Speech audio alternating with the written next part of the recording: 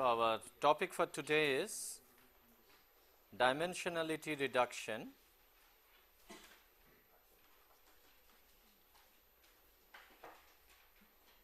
using the method of principal components analysis. Okay. Short form we write that as PCA.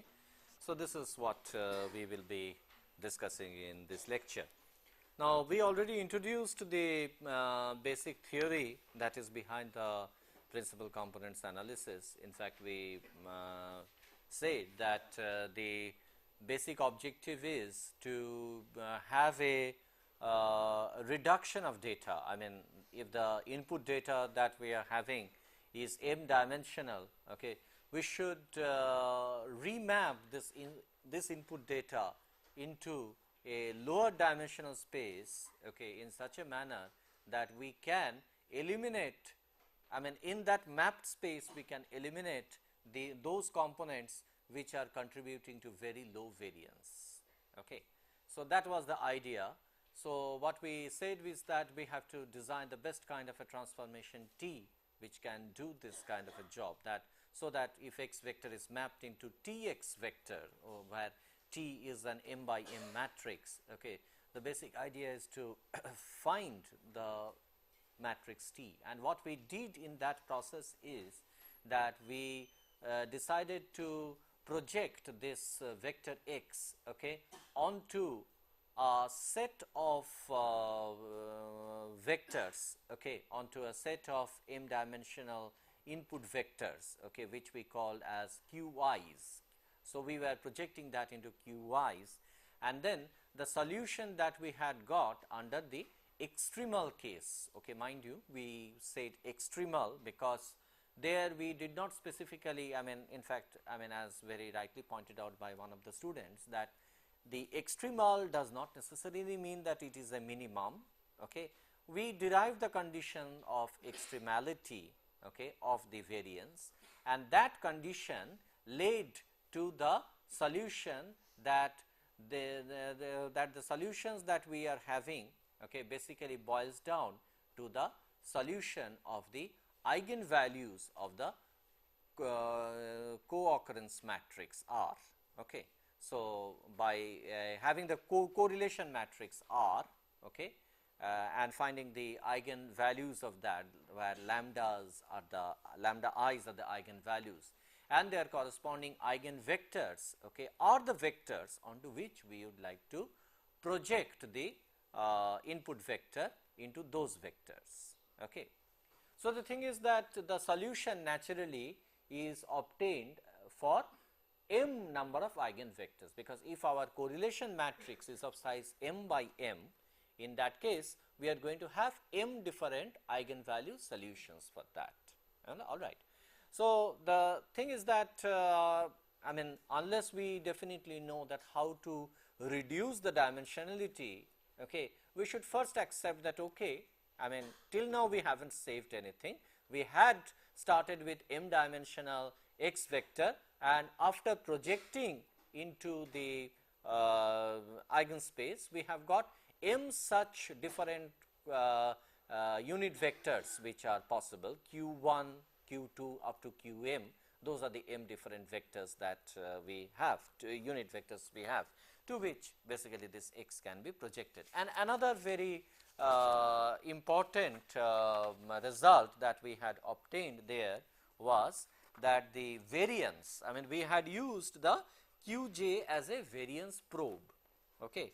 So, we used this thing as psi of Qj, where psi was used as the variance probe, and we had shown a very important relation that psi of Qj is equal to lambda j, okay, where lambda j is the jth eigenvalue. So, we definitely have such things done for j is equal to 1, 2 up to m, since there are m such eigenvalues. So, this is very interesting to note that what is psi of Qj? It is the variance probe. So, the variance is equal to the eigenvalue. So, that means to say that if we can, okay, arrange the eigenvalues in a descending order, that is to say lambda 1 being the highest eigenvalue, lambda to the next one up to lambda m being the lowest of all the eigenvalues that we have got. So, if we can arrange the eigenvalues, okay, in a decreasing order, in that case we should be able to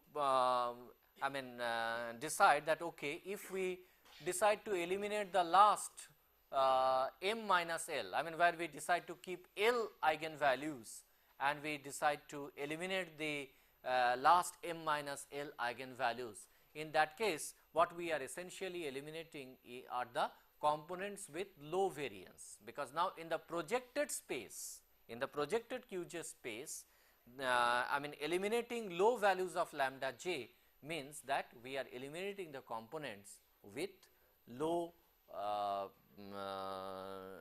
we are eliminating the components with low variance in the projected space, right. So, this we have to keep in mind, and now we have to talk about the way whereby we can do the dimensionality reduction. So, for that matter, what we do is that we have how many? We have got m possible solutions for the unit vector. So, there are m possible solutions for the unit vector q.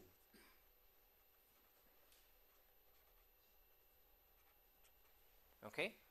So, there are m possible projections of the data vector. So, what we get is that if Aj is the jth projection or projection of the x vector into the jth unit vector. Okay. So, what we are looking for is by projecting this x vector into jth unit vector. So, what we have to do, qj transpose, okay, qj transpose x, that becomes the jth projected value of x into this qj, okay. And this can be also represented as, this is one and the same way of writing x transpose qj, right. And we have got, since there are m possible solutions, this we have to do for j is equal to 1 to m, okay, where Aj's are the projections. So, Aj's we call as the projection of the x vector onto the principal directions as represented by qj.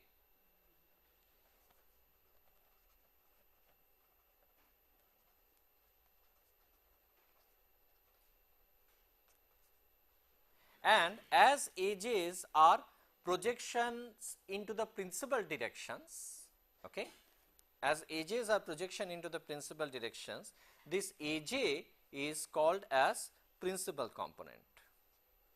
Okay, so, that is why the name principal component originates. Okay. So, basically we are going to have m such principal component. Okay. And out of that, which ones are very important to us, those are the things which we will be discussing very shortly. So, now what we have is that we have got this equation, call it equation number 1. Then this equation number 1 we are going to call as an analysis equation. So, equation 1 basically represents the analysis. So, what is meant by analysis? Where we are projecting x into a new space. We are projecting x into the qj space, and then the projections that we are getting are the principal components. So, this is called as the analysis. Okay. And our objective should be that if we can project these vectors into this qj space and do the analysis, we should be able to do the reverse of that also. What is the reverse of analysis? Synthesis. So, that means to say that in the synthesis, what we are going to do is that from these edges, okay, we should be able to recover the x. Okay.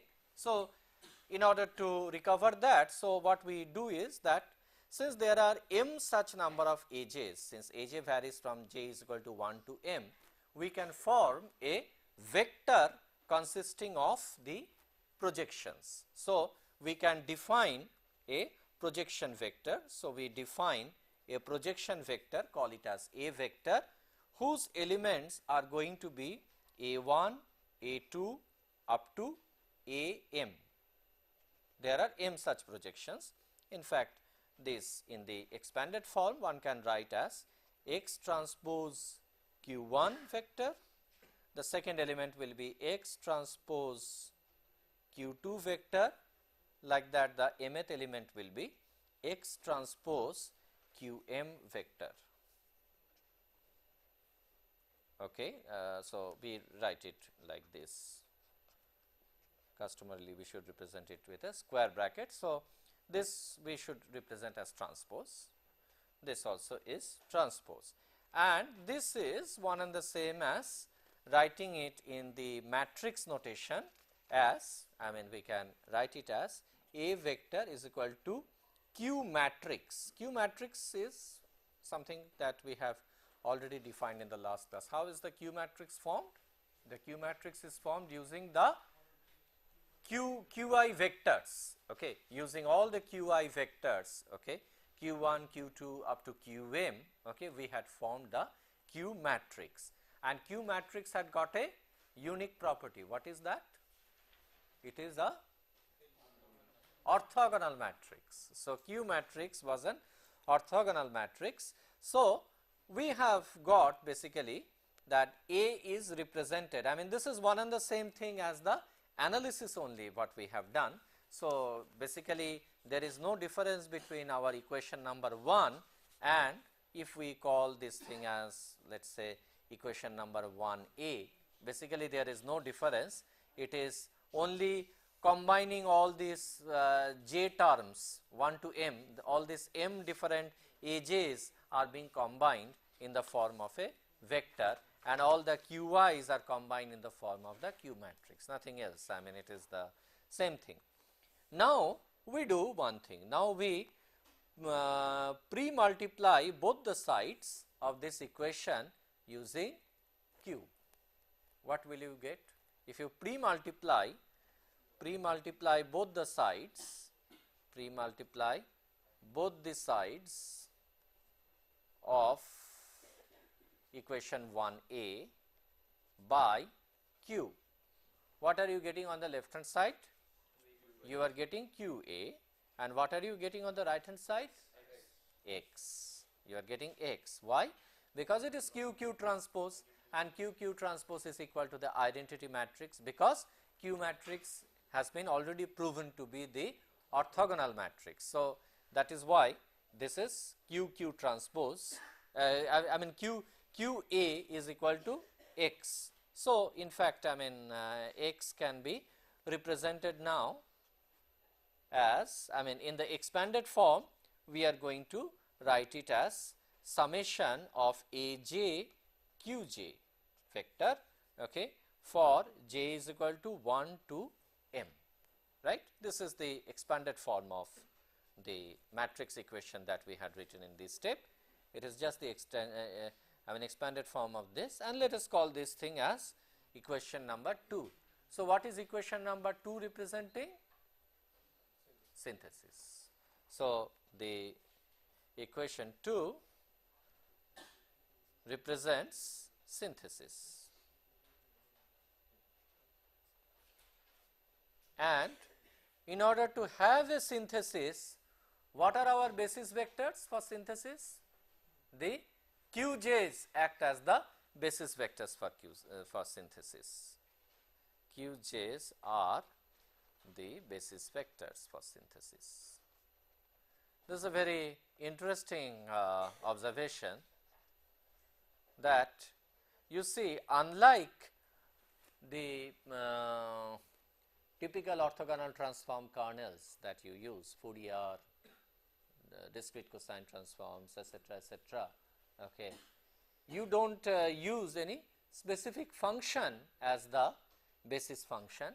Instead, you are deriving this, okay, by analyzing the correlation matrix. I mean, you are finding the eigenvalues of the correlation matrix, and the corresponding eigenvectors that you are getting are essentially forming the basis vectors. So, you are observing, I mean, you are forming the basis vectors from the random process itself. There lies the beauty. I mean, you do not have to depend upon any external kernel to do that. You are basically forming the basis vectors out of the correlation matrix of the same random variable. Okay. So, in that sense, I mean, this transformation technique has become very popular. In fact, it is used in many domains of signal processing. Okay. In fact, in the signal processing community, this approach of principal component analysis is very often referred to as Carhunen-Loewe transformation. Okay. In fact, I mean, people do not use their long names of Carhunen and Loewe. Okay. And there they use K and L. So, people simply call it in the short form as KL transformation. Okay. In fact, in the image processing community, okay, people follow the two-dimensional version of this, and there the transformation that they use is also known as the Hotelling transformation. This also is based on the same principal component analysis. Okay. So, in different variants it is available, and people have been using this approach, okay, and essentially it is, I mean, its main use is dimensionality reduction, and because of this property of dimensionality reduction, it is used very effectively for the purpose of data compression. When we need to compress large amount of data, especially speech data, video data, which has to be transmitted over a very limited bandwidth, okay, there we essentially require this type of transformation techniques. Okay. Now, okay, still some doubts must be in our mind that, okay, this is a dimensionality reduction or data reduction, data compression type of techniques, then why are we at all covering it under the topic of neural network? Okay, till now that question must be cropping into our mind, which I will be explaining pretty shortly, okay, just to show you that essentially the neural network, I mean, if we can construct a neural network using Hebbian learning mechanism. Hebbian learning is something that we had discussed much earlier, I mean, in the beginning part of our lectures. Okay. We have talked about, while explaining about the different learning mechanisms, we have talked about Hebbian learning. In fact, if we have a Hebbian learning network, okay, we consider a single neuron and we consider m inputs connected to that neuron, okay, it can be shown by analyzing mathematically. Okay. I mean, this was a very breakthrough result, one can tell, that it can be proved that using the Hebbian learning mechanism, the I mean, a single linear neuron, okay, essentially performs the task of finding the first principal component. What is first principal component? That is corresponding to lambda 1, because if we arrange the eigenvalues in the decreasing order and lambda 1 is the highest eigenvalue, then with lambda 1 we will be having an associated vector q1. Okay. So, it is, we are referring to the maximum eigenvalue. So, it leads to the maximum eigenvalue solution, okay, neuron which is learned with Hebbian learning mechanism. Okay. So, that is why principal component analysis problems, okay, can be very easily modeled using neural networks which follow Hebbian learning. That we will be discussing little later on, of course, without going into the details of mathematics, because the mathematics part of it will be fairly involved. Okay. It itself will cover quite a few number of lectures, and that may disturb the thrust of this course. So, that is why I will be only giving you some references, okay, from where I mean those who are interested in learning the intricacies of the mathematics can go through that. Anyway, I mean before we do all those things, okay, we have to first of all talk about the dimensionality reduction, which was in our itinerary for today. So, what we do is that we have got, I mean in the we can project the vectors, okay, into the Qi spaces, okay, and we got all the different projections, and let us say we have the eigenvalues which are arranged in the descending order. So, we have got lambda 1, lambda 2 up to lambda L, okay, which denote the largest L eigenvalues of the correlation matrix R. So, lambda 1 to lambda L are the largest L eigenvalues of the correlation matrix R.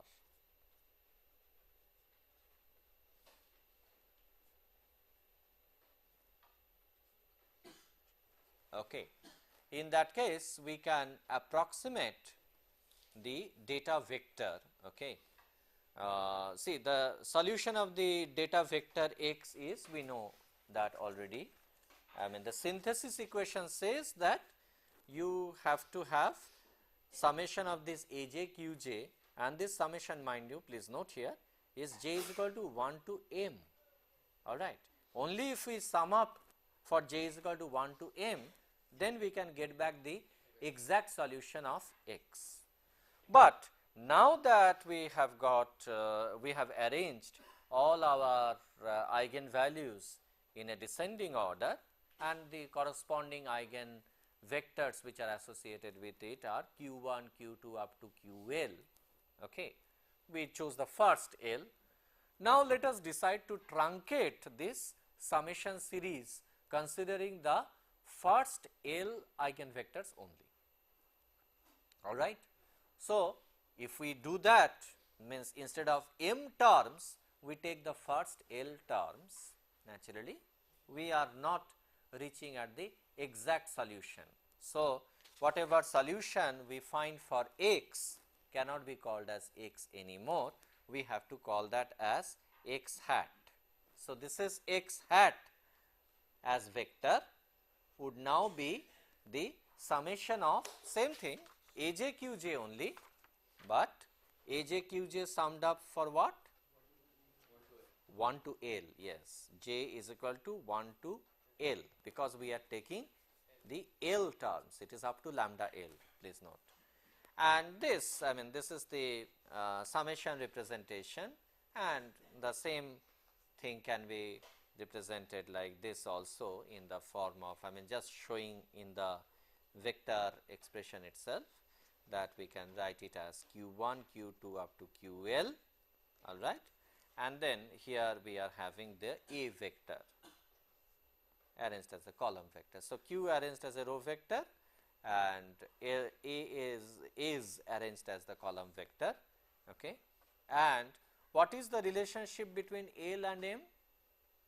L is less than M. Okay. In fact, in the limit, L could be equal to M also. If L is equal to M, in that case we are not doing any truncation effectively. So, if L is equal to M, then x hat becomes equal to x only, but in general when we happen to choose L to be less than M, okay, then x hat is different from that of x. So, this we are calling as the equation number 3.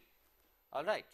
Now, what now I mean how we can compute these ALs, that we already know, that in order to compute these ALs, first of all what we have to do is to project these x vectors onto, we need not have to project to all the m QIs, we can project them into the first L QIs. Okay. So, we can obtain the A vector as A1, A2 up to AL. This vector okay, can be formed as Q1 transpose, Q2 transpose, okay, up to here QL transpose. Okay, this multiplied by the x vector, and this is for L less than or equal to M. So, this we can call as the equation number 4. All right. So, basically what does it mean? Okay. If we, so that means to say that using the QIs, okay, we can transform the x vector. X vector is of original x vector's dimension is M. So, we will keep all the M elements of this x vector, but we will project all these M elements, or we will project the x vector together, I mean along with all these M elements, okay, into an L dimensional space, and those L dimensions are formed out of the QIs. So, we will take like this. So, we will be taking x1, x2 up to xm, okay, this is our input, and then this input will be transformed by this Q1 transpose, Q2 transpose up to QL transpose, okay, and mind you L is less than M. So, that means to say that this dimension is less than this. So, as a result of that, what we are getting is that this will get mapped into A1, A2 up to AL. So, from an M dimensional input space, we are getting an L dimensional A components, projections. So, this much will be done by the encoder. Okay. This is our analysis part. So, the analysis part will be done by the encoder, which basically maps the M dimensional input space. So, we call it as RM. From RM, it gets mapped into RL space, right. So, this is M to L dimensional transformation being done by the encoder. Okay. And in the decoder part, just the opposite of that is going to happen. So, there what we are going to do is that our input will be the A's, right, A1, A2 up to AL, that is going to be our input, and we have to transform it using what in order to get the x q vectors. Okay.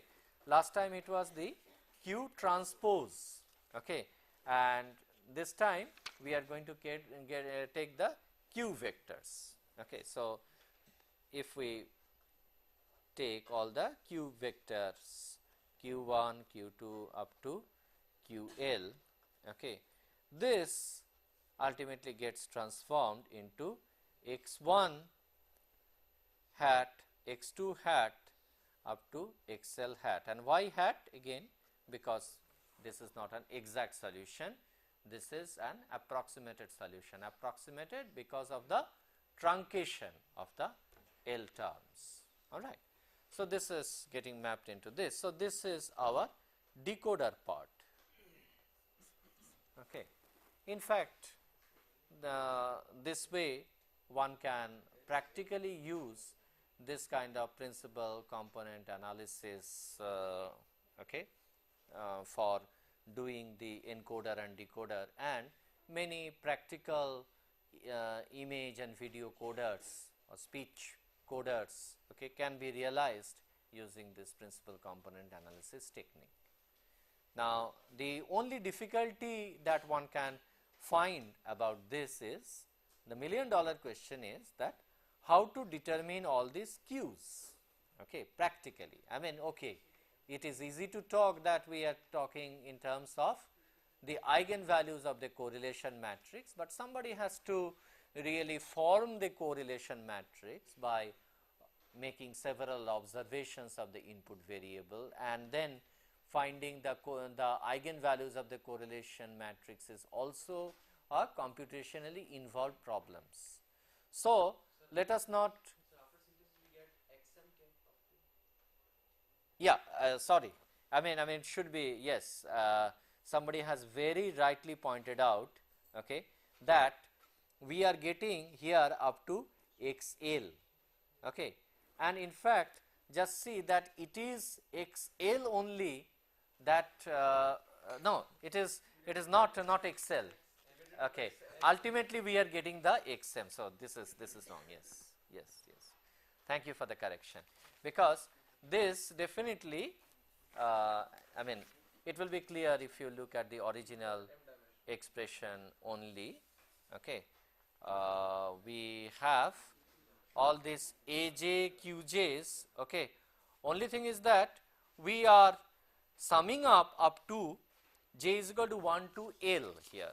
J is equal to 1 to L we will sum up, okay. But this leads to an X vector, not an exact X vector, but an approximated X vector, but the dimension of X vector will be preserved, okay. So, what we are going to get is ultimately an M dimensional X vector only, but because it is different from the original X vector elements, so that is why I am writing it as x1 cap, x2 cap up to xm cap. Thank you for pointing this out. So, this has to be xm. Okay, I mean, let us come back to what we were discussing, that the encoder and the decoder structure looks pretty simple, okay, that okay, one has got this or one has got this in the decoder, and then one can easily do the transformation, because the transformation is nothing but a projection, and that is very easy to do. But the $1,000,000 question is that how to determine all these QIs, because finding the eigenvalues problem is a computationally involved problem. So, that is the reason why one has to study that whether this could be carried out using neural network or not. All right. Now, okay, before we go into the neural network implementation of the principal component analysis, okay, little bit of time we should spend at the error, because we have just now seen that what we are getting at the reconstructed thing is not the exact x vector, but it is the x cap vector. So, if we take the vector difference between the x and the x cap, okay, that is going to be our error vector. So, let us try to find out the expression for the error vector, and in fact, as expected, naturally, okay, I will not tell you that. I mean, you will automatically come to know when you find out the expression of that. You see, the error vector will be represented as E vector equal to x vector minus x cap vector, okay. And let us call this thing as, since we have gone up to equation number 4, let us call this as equation number 5, okay. Now, if we substitute the equations 2 and 3 into this 5, you see why we are looking for equation 2 and 3. Equation 2 says this, you see, equation 2 tells us that x is equal to summation j is equal to 1 to m aj qj, okay. So, if we now write it down, this is equal to j is equal to 1 to m, okay, aj qj. This is the substitution for this x, and the substitution for the x cap term is going to be, you see, x cap is summation of aj qj only, but j is equal to 1 to l. So, this is equal to j is equal to 1 to l aj qj, okay. And in this case, what we are having is that L is less than or equal to M. So, what we can see from this is that essentially this can be represented as, yes, somebody can tell me a compact way of representing this, summation j is equal to 1 to M and summation j is equal to 1 to L, and L is less. So, L plus 1 to M. So, I can represent this same thing as j is equal to L plus 1 to m aj qj vector. Okay. So, this is our error term, and now let us calculate the errors dot product with the x cap vector. All right. So, what are you expecting? Okay, just see what you are getting. This is I is equal to L plus 1 to m. I mean, we just simply substitute the expression that we have got for E. So, E is aj qj vector. Okay. And what is the next term, that is x vector? X vector's term is aj qj. In fact, here, okay, I mean,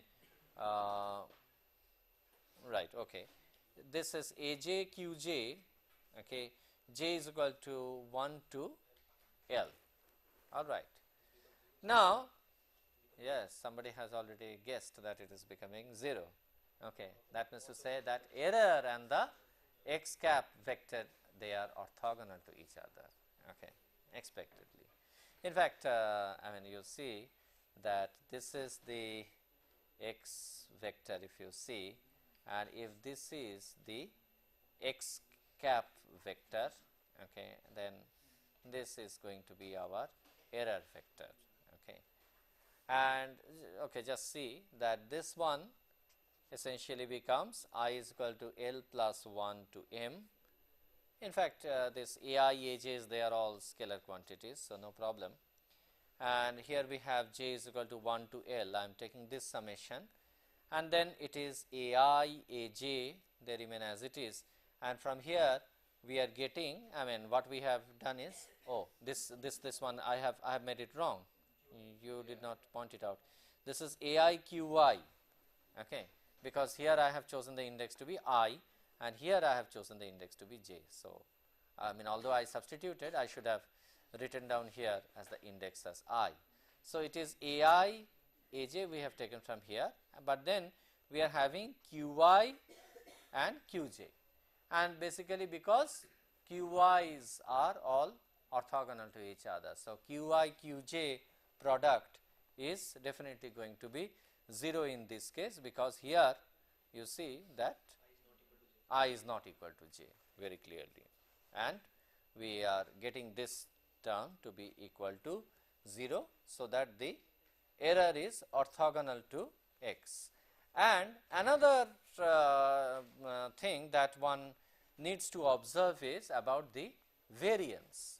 You see the total variance, if we now look at it, that is to say variance of all the j terms. I mean, if we total variance of the data vector, of the m components of data vector, original data vector.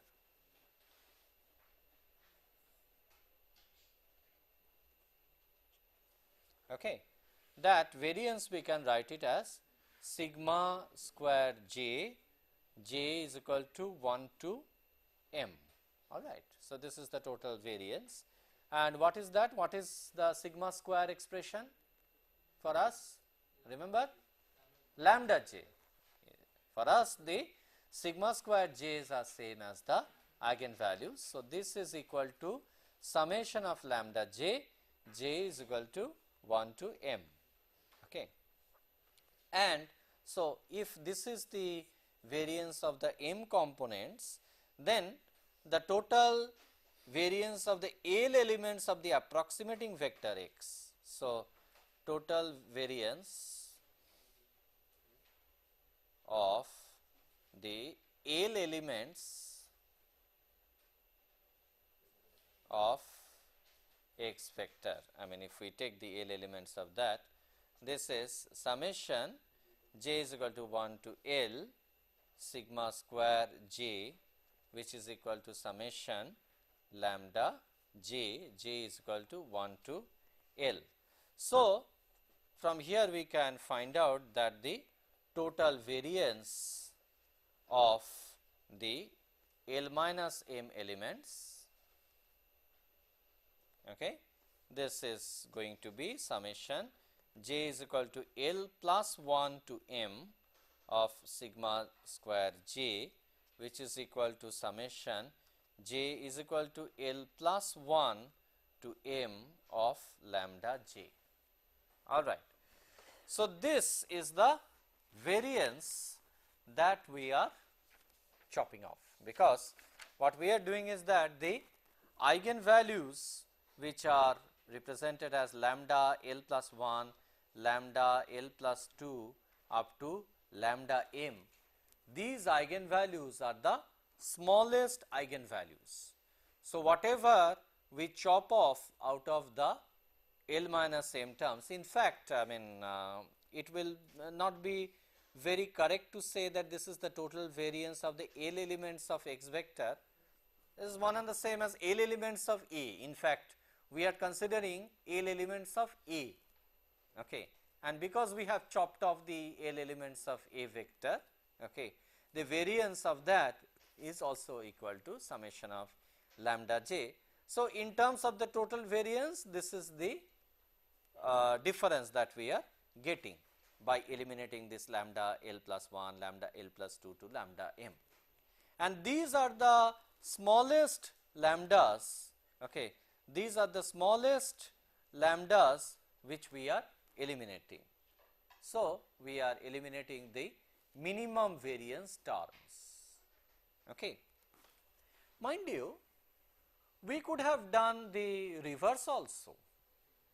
If we had chopped off the, I mean if we had accepted the extremal solution, because eigenvalue says that it is an extremal solution. Now, somebody can take the first L eigenvalues and chop off the rest m minus L. Somebody can say that no, I will take the first L and I will eliminate the rest, because last class I remember somebody was talking in terms of maximization of variance, okay, that was interesting. And maximization of variance, yes, somebody can do if he keeps the minimum variance terms and chop off the terms contributing to the things, okay. So, that way, I mean even maximum variance solution is possible, but we are going in for a minimum variance solution, and the very fact that it is a minimum variance solution is obtained like this, that order all the lambdas, okay, in the decreasing order and then pick up the first L components of that, take the corresponding eigenvectors, project the x vector onto those eigenvectors, onto those dominant eigenvectors, now we can say, or what we are getting are the dominant principal components. So, the first one to which we have got the projected result is A1. This we will be calling as the first principal component, A2 we will be calling as second principal component, and so on, A3 as the third principal component, and so on, provided lambda 1 is the highest eigenvalue, the corresponding lambda 1 is the highest eigenvalue. So, this is the way. So, by chopping off the L minus m, you are very correct, you are very correct, because m is larger than L. So, we have to chop off the m, I mean we have to chop off the m minus L elements, okay. So, that's very correct. So, this is what we get. So, now this way the dimensionality reduction will be the most efficient, because we are only eliminating the low variance terms by cleverly projecting our data into the Q space. All right. Anyone having any doubt about this approach? Yes, please. In the decoder, yes, the decoder output is getting the x cap components. So, but there are again n components present. How do we get n components? You are chopping the A components. Followed. I mean, just look at the encoder and the decoder block again. Okay, I don't want any confusion in your mind. You see, this is the encoder, m elements getting mapped into L elements, right.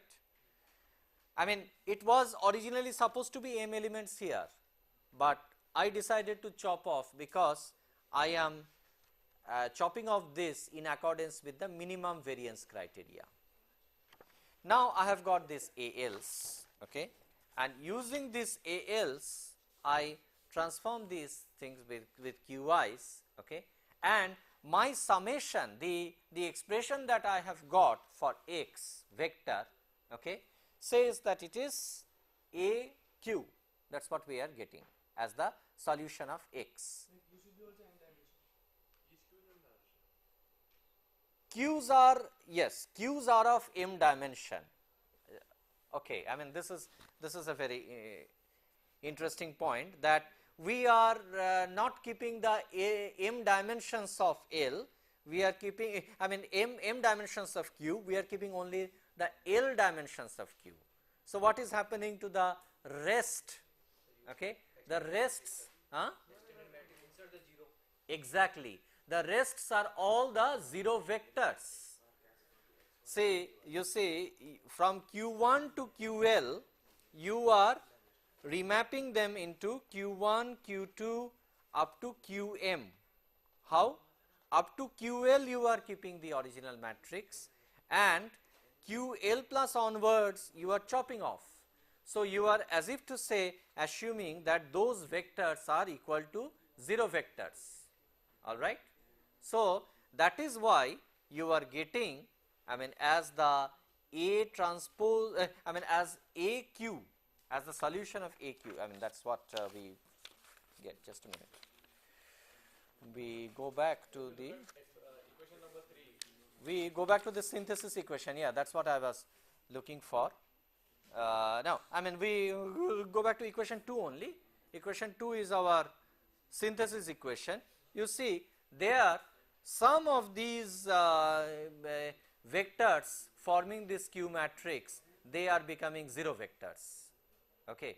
So, but they are still of dimension m. Okay. In fact, in effect what is happening is that you are, I mean chopping off the m minus l elements from here, you are chopping off m minus l elements from here too, okay, but you are keeping them as zeros, and then you are in effect getting the x vector solution. So, if you are keeping 0, it is obviously going to be of L dimension only. So, what is the use of keeping it 0? Both the sides are going to be 0. It is violating the order of rule of matrix or so it should be L only. Except. And So, the adding something when we with have 0 estimated error also, equation 3, sir. So, look at equation number 3. 1 minute. Yeah, that is right. We can see that each of those Q's is m dimension. M cross L. It is m cross L. Yes, yes, So, yes. if you have an m cross L matrix multiplied by L cross 1 matrix, you will get an m cross 1 matrix. Yes. This is what x cap is. So, Yes. you get m dimension.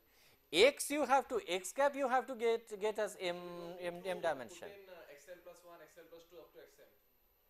So, we directly get from this expression we are getting it x cap as m matrix. Q is m cross L. Yeah, yeah, this point is, no, effectively it is that only. You see that we are keeping the L components of A's, and we are similarly keeping the L components of these Q vectors. So, essentially yes, you are right that these things are all of M. So, these are M by L matrix. So, this is M by L and this is L by 1. So, dimensionally x vector is going to be an M by 1 vector. Okay. So, even after the chopping we really get M dimensional vector. So, that there is no confusion. Okay. So, you do not have to really go into the complication of making those things 0, because those things zeros we do not need it. I mean we can directly take this, okay, we can directly take this, transform it to the QLs, and we get all the x1 to xm's. Is that clear in people's mind now? Okay. So, now yes, one important result what I was telling you is that, So, this is an important result which is of relevance to us in the neural network, that a single linear neuron with Hebbian type of learning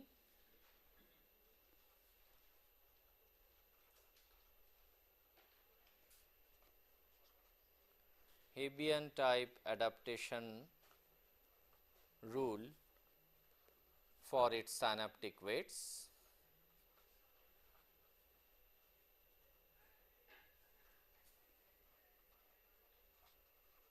can evolve into a filter for the first principal component. First principal component's definition I have already given.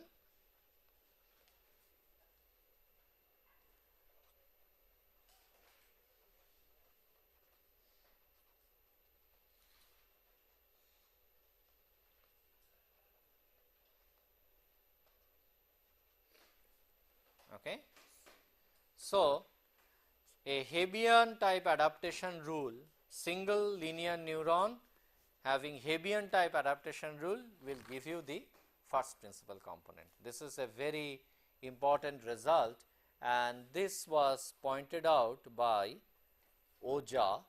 Okay, I mean that is the name of the scientist who did that, and the paper where he described this is a simplified neuron model as principal component analyzer, as a principal component analyzer.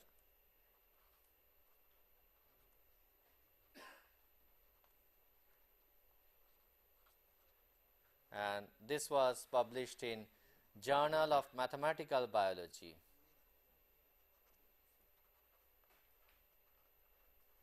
Mathematical Biology, volume 15, page numbers 267 to 273, and it was a 1982 paper. Okay. So, this is a very interesting result, and we will be accepting this result as it is without going into the detailed mathematical analysis for that. So, in the coming class what we will be doing is that we will take a linear neuron model and go through the Hebbian type adaptation rule, okay, and we will show that how this theory can be expanded into obtaining not just the first principal component, but if we decide to keep L number of output units, in that case we can show that we can extract the first L principal components. Okay. So, whatever we intend to do, okay, through computation can be very easily modeled using the neural networks with Hebbian adaptation rule. Right.